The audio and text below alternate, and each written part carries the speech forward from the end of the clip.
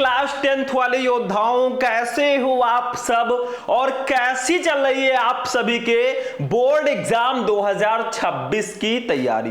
तो student finally आज मैं आपके लिए क्लास 10 सोशल साइंस यानी कि सामाजिक विज्ञान का एक बहुत ही ज्यादा इंपॉर्टेंट क्लास लेकर आया हूं।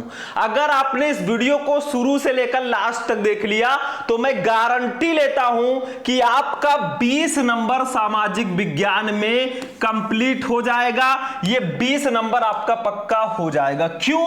क्योंकि इस वीडियो में हम पढ़ेंगे सामाजिक विज्ञान पूरे बुक के, यानी कि पूरे बुक में जितने भी चैप्टर हैं पूरे चैप्टर के 45 यानी कि 45 सबसे इंपॉर्टेंट बहुविकल्पीय प्रश्नों को अगर आपने ये 45 क्वेश्चन पढ़ लिया ना, आपका 20 नंबर एकदम कंप्लीट हो जाएगा। क्योंकि मैं ऐसे ऐसे क्वेश्चन लेकर आया हूं जो आपके बोर्ड एग्जाम में सबसे ज्यादा पूछे गए हैं। 2026 बोर्ड में 100% यही आएंगे।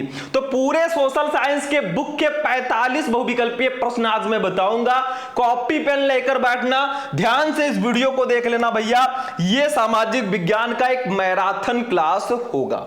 अब ये क्लास बहुत ज्यादा इंपॉर्टेंट और स्पेशल है। तो आपके लिए पहले 2 लाइन में लेकर आया हूं कि जब आपका लक्ष्य टॉपर बनने का हो, जब आपका लक्ष्य टॉपर बनने का होता है ना, बोर्ड एग्जाम में टॉप करने का होता है, तो प्रॉब्लम कितनी भी आए कोई मायने नहीं रखती। तो आपके लाइफ में प्रॉब्लम कितनी भी आए कोई मायने नहीं रखती है। अगर आपका टारगेट है टॉपर बनने का ना, तो ये जो फोन है, ये जो रील है, ये जो सोशल मीडिया है ना, ये आपके रास्ते में कितना भी रुकावट उत्पन्न करे, लेकिन आप टॉपर जरूर बनेंगे अगर आपका सपना है टॉपर बनने का।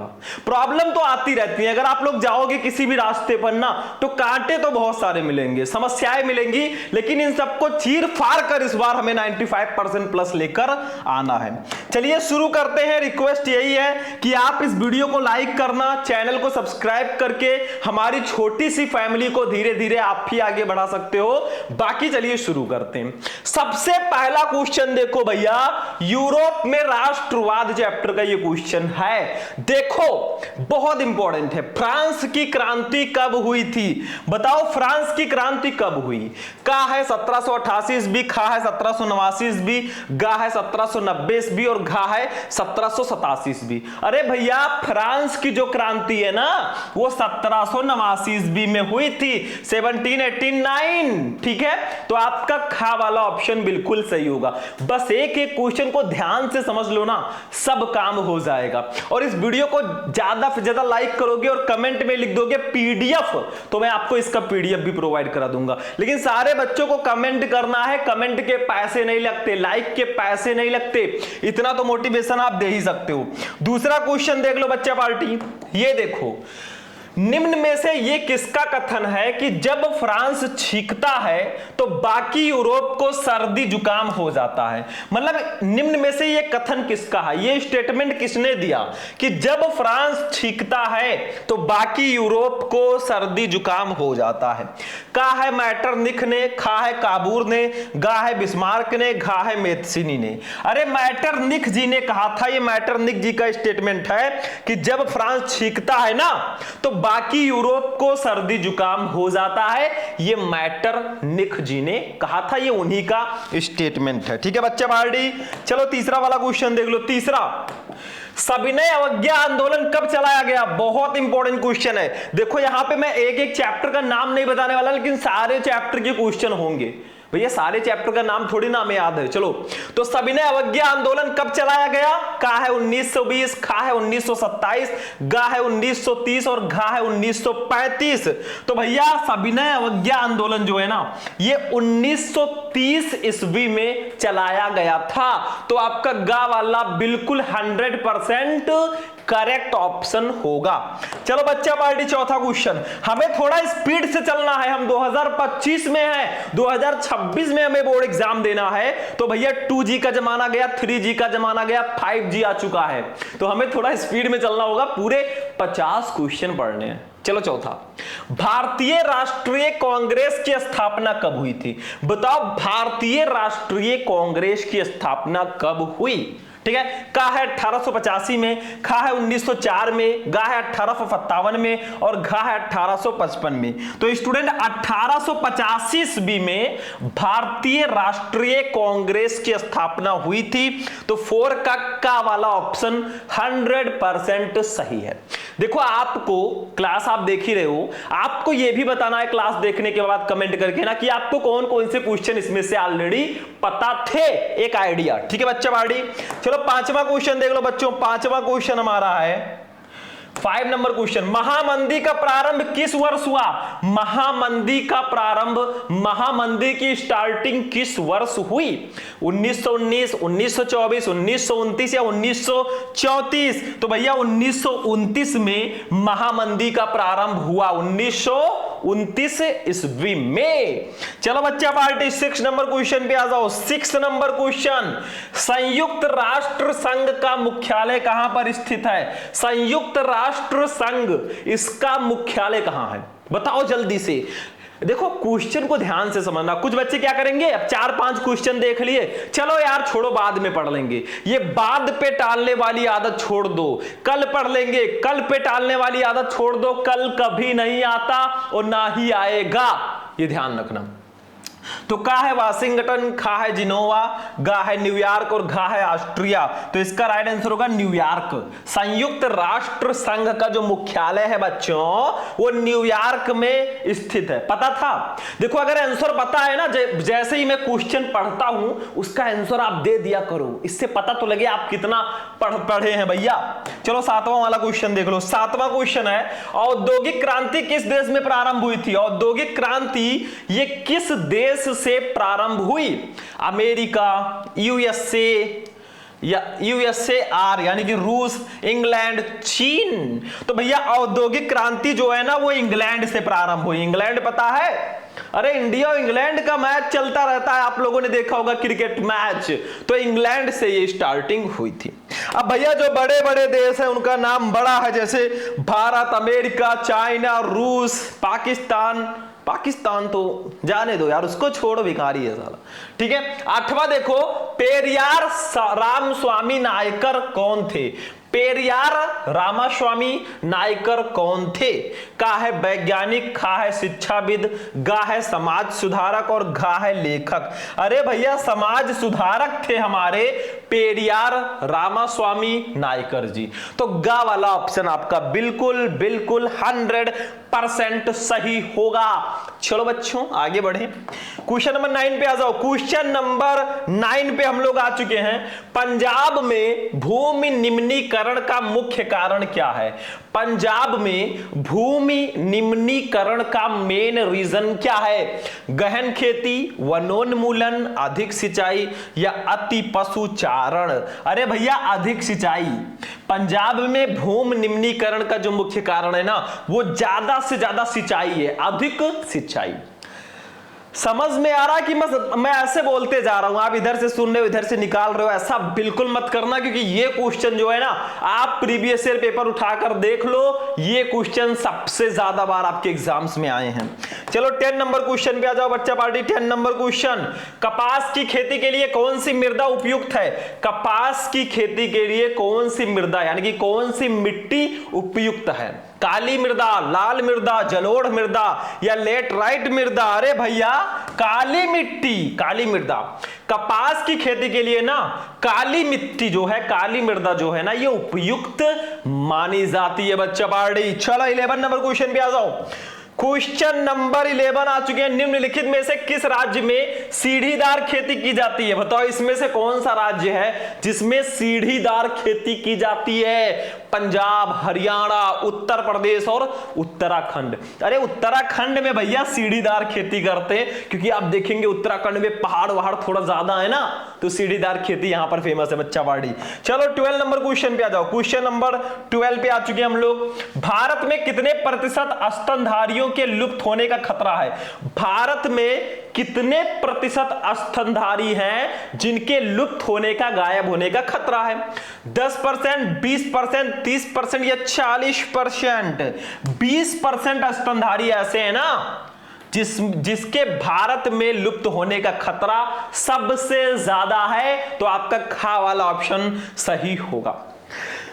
भैया मैं इतना बोल रहा हूं, मेरा शौक नहीं है, हम चाहते हैं ना कि हमसे पढ़कर बच्चे टॉपर बने, हमसे ही नहीं किसी भी टीचर से, लेकिन हम सोचते हैं हम जो पढ़ाए ना वो हमारे बच्चों के काम आए, उनसे उनको बेनिफिट मिले, आगे जाकर बोर्ड एग्जाम में सारे क्वेश्चंस आए और वो हमें कहे सर जी आपने जो पढ़ाया था आया था।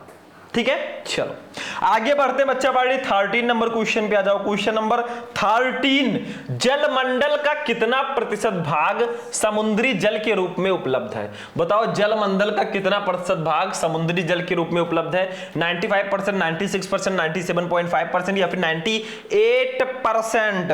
अरे 97.5% भैया, जलमंडल का 97.5% भाग समुद्री जल के रूप में उपलब्ध है। चलो 14 नंबर क्वेश्चन पे आ जाओ। क्वेश्चन नंबर 14, इनमें से कौन सी रबी फसल है? बताओ, रबी की फसलें, खरीफ की फसलें सब बहुत आती हैं एग्जाम्स में, तो बताओ इसमें से कौन सी रबी की फसल है? अब रबी भैया की नहीं, रबी यहां पे है। ठीक है, का है चावल, खा है मोटे अनाज, गा है चना यानी कि काला चना, और घा है कपास, तो इसका राइट आंसर होगा चना यानी कि काला चना। ये जो है बच्चा पार्टी ना, ये रबी की फसल है, रबी भैया की नहीं, रबी एक वो होता है। ठीक है, चलो अगला क्वेश्चन देखते हैं बच्चा पार्टी। 14 नंबर देख लो। 15 नंबर क्वेश्चन पे हम आ चुके हैं। निम्नलिखित में से कौन सी एक रेशेदार फसल है? बताओ इसमें से कौन सी फसल है जो रेशेदार है, जिसमें रेशे होते हैं? जूट, कॉफी, जौ या रबर? अरे भैया सिंपल है, जूट जो है ना ये एक रेशेदार फसल है। का वाला ऑप्शन बिल्कुल आंख बंद करके टिक कर दो, सही हो जाएगा बच्चों। ठीक है, चलो 16 नंबर क्वेश्चन पे आ जाओ। 16, कर्तन दहन कृषि यानी कि झूम कृषि निम्नलिखित में से किस राज्य में पाई जाती है? बताओ झूम कृषि किस राज्य में की जाती है? जल्दी बताओ। चलो उत्तर प्रदेश, राजस्थान, उत्तराखंड या मिजोरम? अरे भैया मिजोरम में ना, मिजोरम घा वाला ऑप्शन सही है। कर्तन दहन कृषि या फिर झूम कृषि जो है ना वो मिजोरम राज्य में पाई जाती है, तो घा वाला ऑप्शन ऐसे बिल्कुल सही हो जाएगा बच्चों। चलो 17 पे आ जाओ। 17 नंबर क्वेश्चन, मुंबई हाई प्रसिद्ध है, किसके लिए प्रसिद्ध है? का है तेल शोधक कारखानों यानी कि पेट्रोलियम के लिए, खा है फिल्मी सिटी के लिए, गा है गेटवे ऑफ इंडिया के लिए, और घा है उपयुक्त में से कोई नहीं। अरे बच्चों का वाला ऑप्शन सही होगा। मुंबई हाई जो है ना ये तेल शोधक कारखानों यानी कि पेट्रोलियम के लिए प्रसिद्ध है। चलो 18 नंबर क्वेश्चन पे हम लोग चलते हैं। 18 नंबर क्वेश्चन, निम्नलिखित में से कौन सा ऊर्जा का परंपरागत स्रोत है? बताओ इसमें से कौन सा है ऑप्शन जो ऊर्जा का परंपरागत स्रोत है? सौर ऊर्जा, कोयला, पवन ऊर्जा या फिर ज्वारीय ऊर्जा? अरे कोयला जो है बच्चा पार्टी ना ये ऊर्जा का परंपरागत स्रोत है। खा वाला ऑप्शन बिल्कुल टिक कर दो बिना खाए पिए। चलो 19 नंबर क्वेश्चन पे आ जाओ। 19 नंबर क्वेश्चन, निम्नलिखित में से कौन सा खनिज आधारभूत है? इसमें से कौन सा है जो खनिज आधारभूत है? मैग्नीज, अभ्रक, लौह अयस्क या तांबा? लौह अयस्क जो है बच्चों ना ये खनिज आधारभूत है। अरे भूत नहीं भैया डरने वाला, खनिज का आधारभूत है हमारा लौह अयस्क। 20 नंबर क्वेश्चन पे आ जाओ। क्वेश्चन नंबर 20, निम्न में से कौन सा उद्योग चूना पत्थर को कच्चे माल के रूप में प्रयुक्त करता है? बताओ इसमें से कौन सा उद्योग है जो चूना पत्थर को कच्चे माल के लिए प्रयुक्त करता है? एल्यूमिनियम, सीमेंट, चीनी या मोटर गाड़ी? अरे सीमेंट भैया, सीमेंट जो है ना सीमेंट उद्योग चूना पत्थर को कच्चे माल के रूप में प्रयुक्त करता है, सीमेंट बनाई जाती है, घर बनते हैं, पता होगा। 21 नंबर क्वेश्चन पे आ जाओ।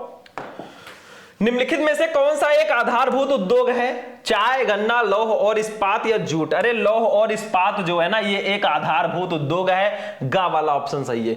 कुछ क्वेश्चंस ऐसे होते हैं ना जो मुंह जबानी हमें याद होते हैं, एकदम फट से आंसर खट से दे देंगे। ठीक है, चलो 22 नंबर क्वेश्चन पे आ जाओ। 22, निम्न में से कौन सा परिवहन साधन भारत में प्रमुख साधन है? बताओ निम्न में से कौन सा परिवहन साधन भारत में प्रमुख साधन है? पाइपलाइन, रेल परिवहन, सड़क परिवहन या वायु परिवहन? अरे सड़क परिवहन जो है ना ये साधन भारत में प्रमुख साधन है। सड़क परिवहन। चलो बेटा 23 पे आ जाओ। 23 नंबर क्वेश्चन, निम्नलिखित में से किस वस्तु का निर्यातक भारत नहीं है? इसमें से कौन सी चीजें हैं जिसका निर्यातक भारत नहीं है, जिसमें भारत निर्यात नहीं करता? कॉफी, उर्वरक, तंबाकू या चाय? अरे उर्वरक जो है ना, इसका निर्यातक भारत नहीं है। आपका खा वाला ऑप्शन बिल्कुल बिल्कुल 100% करेक्ट होगा। देखो भाई मैं थोड़ा स्पीड से चल रहा हूं, कहीं ऐसा तो नहीं कि आपके समझ में नहीं आ रहा है। अगर नहीं आ रहा है तो बता देना, ठीक है। चलो 24 नंबर क्वेश्चन पे आ जाओ। क्वेश्चन नंबर 24, देखो बेल्जियम की सामुदायिक सरकार में निम्नलिखित में से किसके मध्य सत्ता में साझेदारी है? बताओ बेल्जियम की सामुदायिक सरकार में निम्नलिखित में से किसके बीच सत्ता में साझेदारी है? विभिन्न सामाजिक समूहों के मध्य, शासन के विभिन्न अंगों के मध्य, केंद्र और राज्य सरकार के मध्य, राज्य सरकार और सामुदायिक सरकार के मध्य। अरे बेल्जियम की सामुदायिक सरकार में ना निम्नलिखित में से विभिन्न सामाजिक समूहों के मध्य साझेदारी है। तो ये आपका का वाला ऑप्शन बिल्कुल सही होगा, विभिन्न सामाजिक समूहों के मध्य या बीच। 25 पे आ जाओ बच्चा पार्टी। 25, श्रीलंका में निम्नलिखित में से कौन सा बहुसंख्यक वर्ग है? बताओ श्रीलंका में कौन सा बहुसंख्यक वर्ग है, मतलब कौन से धर्म के लोग ज्यादातर रहते हैं? का है तमिल, खा है ईसाई, गा है सिंहली और घा है मुस्लिम। अरे भैया 20 का जो होगा ना वो खा होगा शायद, ईसाई, ठीक है। ईसाई इसका राइट आंसर होगा। ये आप लोग कमेंट कर देना, ठीक है। 25 का नहीं, गलत है। 25 का गा वाला ऑप्शन सही होगा, सिंहली, ठीक है। 25 का गा वाला ऑप्शन बिल्कुल सही होगा। श्रीलंका में निम्नलिखित में से जो बहुसंख्यक वर्ग है ना वो सिंहली है। अब हमारे यहां सिंहली पाए जाते हैं कि नहीं वो तो मुझे नहीं पता भाई, ठीक है। समझ में आ रहा है? चलो 25 हो गया। ये जो सिंहली वर्ग है ना ये श्रीलंका में बहुसंख्यक वर्ग है। चलो 26 पे आ जाओ। 26 नंबर क्वेश्चन पे हम लोग आ चुके हैं, ध्यान देना। निम्नलिखित में से कौन सा संघीय राज्य नहीं है? इसमें से कौन सा राज्य है जो संघीय राज्य नहीं है? मणिपुर, हिमाचल प्रदेश, अरुणाचल प्रदेश या दिल्ली? अरे दिल्ली जो है भैया ना ये संघीय राज्य नहीं है। आपका घा वाला ऑप्शन बिल्कुल बिल्कुल सही होगा। चलो 27 पे आ जाओ। 27 बच्चा पार्टी, भारत में कुल कितने संघीय राज्य हैं? मतलब संघीय राज्य की बात हो रही है। कितने संघीय राज्य हैं? 27, 28, 29, 30। अरे 28 भैया, संघीय राज्य की बात करें ना तो भारत में कुल 28 संघीय राज्य हैं। अब आप लोग ये बताओ कि भारत में कुल कितने राज्य हैं? संघीय असंघीय से मुझे मतलब नहीं, कितने राज्य हैं ये कमेंट कर देना। चलो 28 पे आ जाओ। 28 नंबर क्वेश्चन पे आ जाओ। वर्तमान भारतीय संघ प्रणाली में कितने केंद्र शासित प्रदेश हैं? मतलब हमारे भारत में कितने केंद्र शासित प्रदेश हैं? 9, 7, 10, 8। अरे भैया पता है कि नहीं पता? 28 का घा वाला ऑप्शन सही होगा, 8। वर्तमान भारतीय संघ प्रणाली में कुल 8 केंद्र शासित प्रदेश हैं। चलो 29 पे आ जाओ। 29 नंबर क्वेश्चन, इनमें से कौन बहुजन समाज पार्टी का संस्थापक है? कौन है भैया इसमें से जो बहुजन समाज पार्टी का संपादक है? बीएसपी, जो मायावती जी हमारे यूपी में एक बार मुख्यमंत्री हुई थी ना, वो जो पार्टी है उसके संस्थापक कौन है? ठीक है। का है काशीराम, खा है साहू महाराज, गा है बी आर अम्बेडकर, घा है ज्योतिबा फुले। अरे काशीराम जी हैं भैया बहुजन समाज पार्टी के संस्थापक। का वाला ऑप्शन आपका सही होगा। 30 पे आ जाओ। 30 number question, Bharatiya Janata party का मुख्य प्रेरक सिद्धांत क्या है? भारतीय जनता पार्टी जो बीजेपी है ना, जो हमारे योगी जी हैं, बीजेपी से मुख्यमंत्री हमारे उत्तर प्रदेश में, तो भारतीय जनता पार्टी का मुख्य प्रेरक सिद्धांत क्या है? बहुजन समाज, क्रांतिकारी लोकतंत्र, सांस्कृतिक राष्ट्रवाद या फिर आधुनिकता? तो इसका राइट आंसर होगा खा वाला, क्रांतिकारी लोकतंत्र।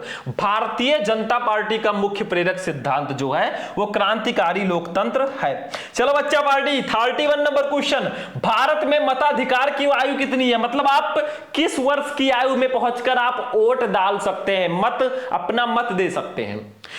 का है 21 वर्ष, खा है 20 वर्ष, गा है 25 वर्ष, घा है 18 वर्ष। भैया 18 वर्ष है मताधिकार की आयु। 18 वर्ष के आप हो गए ना या उससे ज्यादा हो गए तो आप वोट डाल सकते हैं, मत दे सकते हैं अपना। चलो 32 पे आ जाओ। 32 नंबर क्वेश्चन, किसी देश के विकास को निर्धारित करने का आधार क्या है?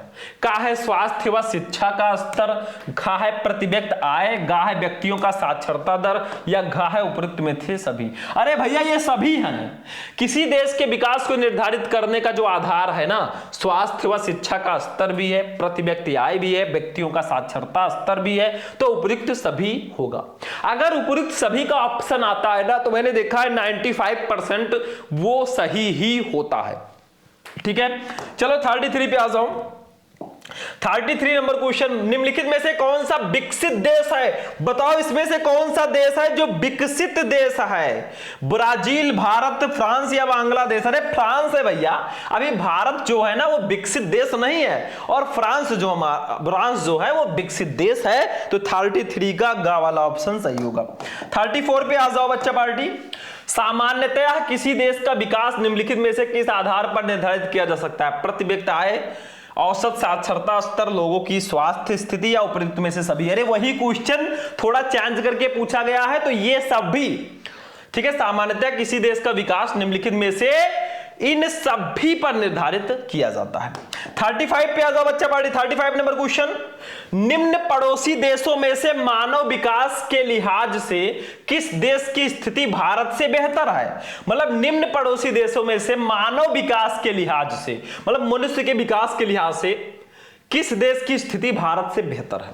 का है बांग्लादेश, खा है श्रीलंका, गा है नेपाल, या घा है पाकिस्तान? अरे भैया श्रीलंका जो है ना, श्रीलंका जो है इसका मानव विकास के लिहाज से ये जो है ना भारत देश से बेहतर है। ठीक है, मतलब मानव विकास को देखें तो। ठीक है, 36 पे आ जाओ।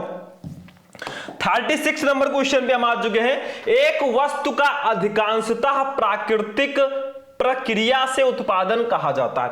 मतलब एक वस्तु का अधिकांशतः प्राकृतिक प्रक्रिया से उत्पादन को क्या कहा जाता है? प्राथमिक क्षेत्रक, द्वितीय क्षेत्रक, तृतीय क्षेत्रक, या सूचना प्रौद्योगिकी? अरे प्राथमिक क्षेत्रक बोलते हैं बच्चों। एक वस्तु का अधिकांशतः प्राकृतिक प्रक्रिया से उत्पादन जो होता है ना, उसको हम प्राथमिक क्षेत्रक बोलते हैं। चलो भैया 37 पे आ जाओ। टोटल हम 45 क्वेश्चन पढ़ेंगे। ठीक है, 37 देख लो। 37 नंबर क्वेश्चन पे हम आ चुके हैं। स्वयं सहायता समूहों में बचत और ऋण संबंधी अधिकतर निर्णय लिए जाते हैं। मतलब स्वयं सहायता समूहों में बचत और ऋण संबंधी अधिकतर निर्णय लिए जाते हैं किसके द्वारा? का है बैंकों द्वारा, खा है सदस्यों द्वारा, गा है गैर सरकारी संस्था द्वारा, घा है इनमें से कोई नहीं। तो इसका राइट आंसर होगा खा, सदस्यों द्वारा। मतलब स्वयं सहायता समूहों में बचत और ऋण संबंधी अधिकतर निर्णय जो होता है ना, वो सदस्यों के द्वारा लिया जाता है। चलो बेटा 38 पे आ जाओ। 38, विश्व व्यापार संगठन की स्थापना कब हुई? Very important, most important, very very important.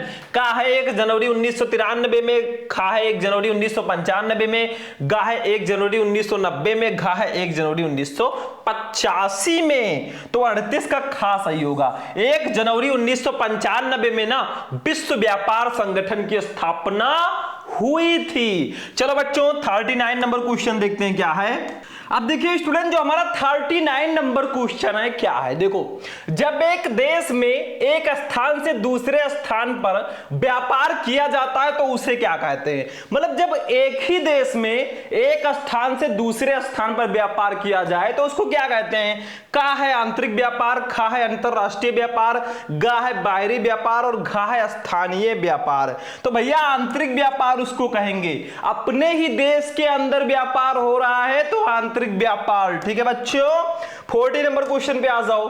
Bharat में उपभोक्ता संरक्षण अधिनियम कब पारित किया गया? भारत में उपभोक्ता संरक्षण अधिनियम कब पारित किया गया? 1982, 1984, 1985, 1986। भैया 1986 में भारत में उपभोक्ता संरक्षण नियम अधिनियम पारित किया गया। चलो बच्चों 41 पे आ जाओ। 41, राष्ट्रीय उपभोक्ता अधिकार दिवस कब मनाया जाता है? बताओ राष्ट्रीय उपभोक्ता अधिकार दिवस कब मनाया जाता है? 5 अप्रैल, 22 फरवरी, 24 नवंबर या 24 दिसंबर? भैया 24 दिसंबर को ही राष्ट्रीय उपभोक्ता अधिकार दिवस मनाया जाता है। चलो आगे बढ़ो बच्चों। उपभोक्ता को न्याय पाने के लिए कहां जाना चाहिए? अगर उपभोक्ता को न्याय पाना है तो उसको कहां जाना चाहिए? पुलिस स्टेशन, सिविल न्यायालय, उपयुक्त उपभोक्ता केंद्र या जिला अधिकारी यानी कि जिला मजिस्ट्रेट। भैया उसको उपयुक्त उपभोक्ता केंद्र पर जाना चाहिए। अगर उपभोक्ता को न्याय पाना है तो उपयुक्त उपभोक्ता केंद्र पर जाना चाहिए। गर्मी बहुत है भाई, जल्दी जल्दी क्लास फिनिश करते हैं, 2-3 क्वेश्चन और है। देखो 43 नंबर क्वेश्चन, इनमें से बाजार में शोषण का रूप है। बताओ बाजार में शोषण का रूप क्या है? कम वजन तौलना, अतिरिक्त शुल्क जोड़ना, मिलावटी सामान बेचना या उपयुक्त सभी। अरे भैया ये सभी हैं, हम लोगों के शोषण का रूप ये सभी हैं। कुछ लोग कम वजन तौलते हैं, कुछ लोग अतिरिक्त शुल्क जोड़ते हैं, कुछ लोग मिलावटी सामान बेचते हैं, तो ये सभी जो है हम सबके लिए शोषण का काम करता है। 44, इनमें से किस दशक तक उपभोक्ता संस्थाएं बृहत स्तर पर उपभोक्ता अधिकार से संबंधित आलेखों के लेखन और प्रदर्शनी का आयोजन का कार्य करने लगी थी? 1960 के दशक तक, 1970 के दशक तक, 1980 के दशक तक या 1990 के दशक तक? भैया 1970 के दशक तक ना। उपभोक्ता संस्थाएं बृहत स्तर पर उपभोक्ता अधिकार से संबंधित आलेखों के लेखन और प्रदर्शनी का आयोजन का कार्य करने लगी थी। तो ये 44 क्वेश्चन हो गए हैं। एक क्वेश्चन मैंने यहां पे नहीं लिया है, टोटल 44 क्वेश्चन लिया है। पूरे सोशल साइंस के बुक के 44 क्वेश्चन मैंने आपको बता दिया। एक क्वेश्चन आप खुद से देखिएगा, आप बताइएगा कौन सा क्वेश्चन ऐसा है जो बहुत इंपॉर्टेंट है मैंने नहीं लिया है। तो वीडियो कैसा लगा भाई? वीडियो पसंद आया वीडियो को लाइक कर दो, चैनल पर नए चैनल को सब्सक्राइब कर दो। हम चलते हैं, फिर मिलेंगे किसी नेक्स्ट वीडियो में नेक्स्ट टॉपिक के साथ। तब तक के लिए जय हिंद।